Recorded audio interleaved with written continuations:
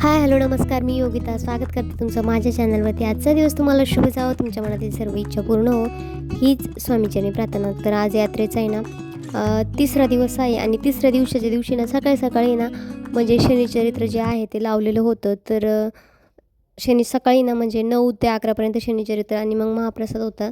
तर खूप छान असं शनिचरित्र इथं सांगितलं जातं आणि हे महाराजांचं पण यूट्यूब चॅनल आहे. तर ते डिस्क्रिप्शनमध्ये मी त्याची लिंक वगैरे देईलच. तर चला महाराज काय सांगतात ते ऐकूया.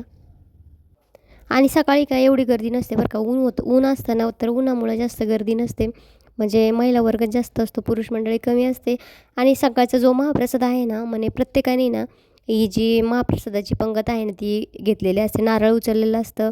तर आजूबाजूचे जे खेडेगावातील आहे किंवा गावातली जी मंडळी आहे ना त्यातील कोणी ज्याला आपलं म्हणजे जे अन्नदान आहे ते करायचं असेल तर या दिवशी ते करत असतात. तर सकाळी सकाळी जे अन्नदान आहे ना ते म्हणजे आधीच ठरवलेलं असतं की या दिवशी यांचं अन्नदान असेल, त्या दिवशी त्यांचं अन्नदान असेल.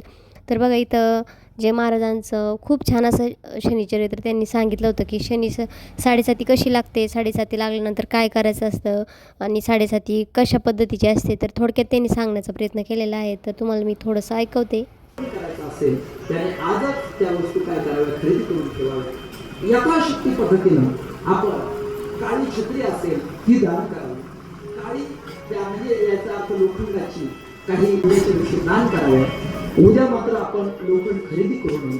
असे अनेक प्रकारचे प्रकार त्या ठिकाणी सांगितलेले आहेत.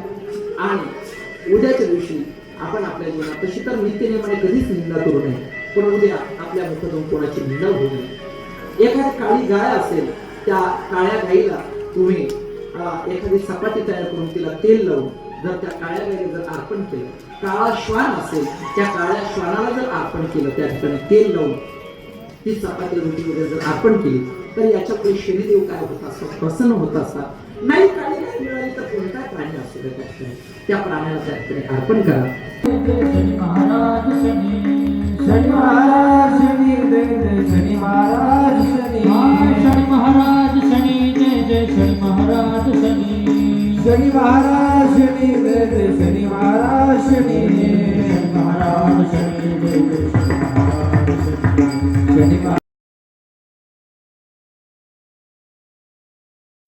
तरी ते शनी महाराजांची आरती झाली आणि बघू शकता तुम्ही उद्याची जी म्हणजे उद्या आहे ना इंदुरकर महाराजांचं कीर्तन आहे. तर भव्य दिव्य असा मंडपाचं जे आयोजन आहे ते चालू आहे आणि इथं महाप्रसाद जो आहे तो सर्वांना देत आहे. शिरा आणि आमटी होती, भात. तर बघा इथे आहे ना आणि शेजारीच तिकडं बुंदी वगैरे काढायचं काम चालू आहे. जे साईडला तुम्हाला ते करण्याचं शेड दिसत असेल तर आता संध्याकाळी ना हरिपाठ होत असतो. तर आता उद्या शेवटचा दिवस म्हटल्यावरती सर्वच पाहुणे जे आहे ते गाव म्हणजे आलेले असतात. तर जे बाहेरगावी गेलेले आहे किंवा बाहेर देशात जरी म्हणजे एक जॉबच्या निमित्ताने गेलेले असतील ते तर सप्त्याच्या वेळेस एखाद्या वेळेस दिवाळीला येणं नाही झालं तरी चालेल, पण सप्त्याला मात्र येतच असतात. तर महिला वर्गच काय, पुरुष मंडळी इथं आमच्याकडे काय महागार घेत नाही बरं का. जर हरिपाठ असेल तर सर्वच जण जे आहे ना ते हरिपाठाचा आनंद घेत असतात. तर जे देवाचं नामस्मरण आहे त्याच्यात म्हणजे तल्लीन होतात आणि जे फुगड्या असतील किंवा जे टाळ वाजवणं असेल ते सर्वजण जे एकदम आबालवृद्धापासून जे आहे ते इथं आनंद घेत असतात. तर चला थोडासा हरिपाठ जो आहे तुम्हाला मी ऐकवते आणि व्हिडिओ शेवटपर्यंत बघा, खूपच छान होणार आहे. गावाकडील वातावरण, गावाकडील जे म्हणजे धार्मिक कार्य आहे कसे होतात ते तुम्हाला थोडक्यात दाखवण्याचा प्रयत्न केलेला आहे. तर बघा तुम्ही.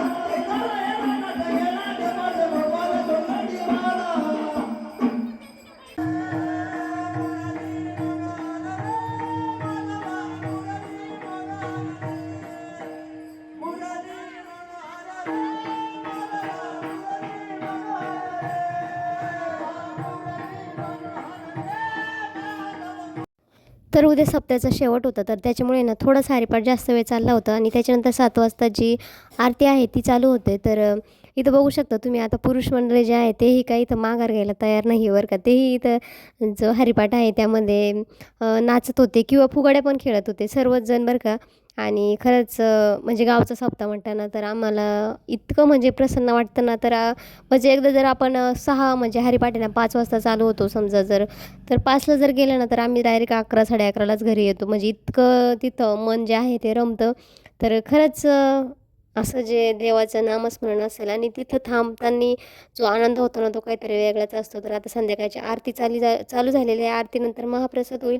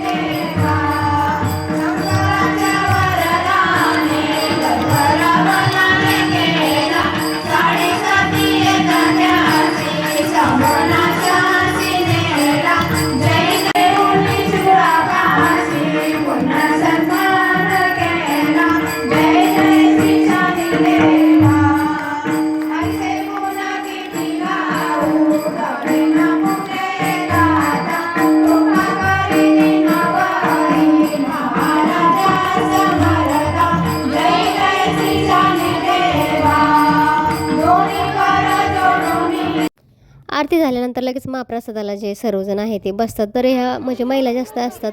महिला आधी होतात आणि मग नंतर पुरुष मंडळ जे आहे ते महाप्रसाद घेतात आणि नंतर आहे ना आम्ही मस्त असे जे गावातील मैत्रिणी वगैरे आहे ते इथं बसतो आणि मग नंतर कीर्तन होईपर्यंत 1 तास वेळ असतो. तर आता प्रसाद घेतल्यानंतर आम्ही इथं गप्पा गोष्टी करत असतो.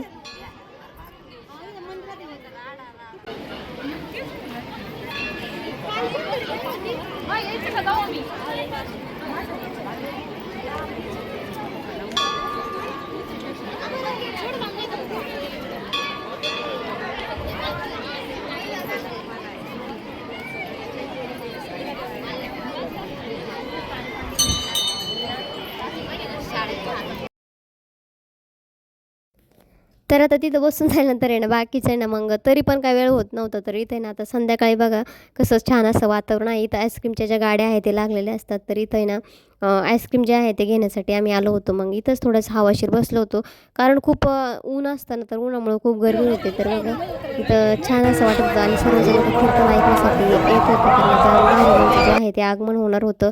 तर बघा लाईटिंग वगैरे किती छान इथं केलेली आहे आणि सर्वजण आता जे पुरुष मंडळी असतील किंवा महिला वर्ग असेल ते सर्वजण आता कीर्तनासाठी आलेले आहेत आणि आता कीर्तन इथं चालू झालेलं आहे. आता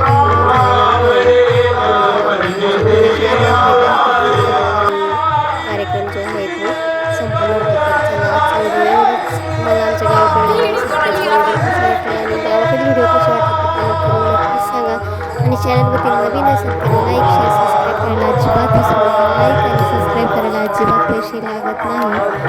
तर चला आजचा व्हिडिओ इथंच संपवते. जय जिजाऊ जय शिवराय. धन्यवाद.